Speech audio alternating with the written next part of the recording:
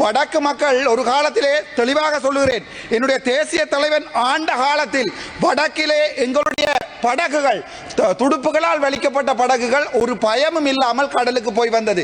நேவியங்களை வெட்டியது கொண்டது, குமுதினி படுகொலை உட்பட்ட 1000 மக்கள் கொலை செய்யப்பட்டாலும் எங்களுடைய அண்ணன் தம்பிகளின் பாதுகாப்பில் என் உயிர் சொந்தங்கள் எங்களுடைய கடல்களில் துணிந்து போனார்கள்.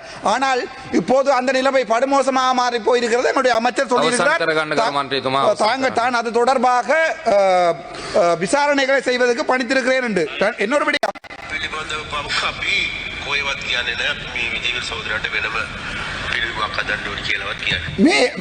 இதிலே எங்களுடைய அமைச்சர் சொல்லியிருக்கிறார், தான் ஒருபோதுமே பிரபாகரனுக்கு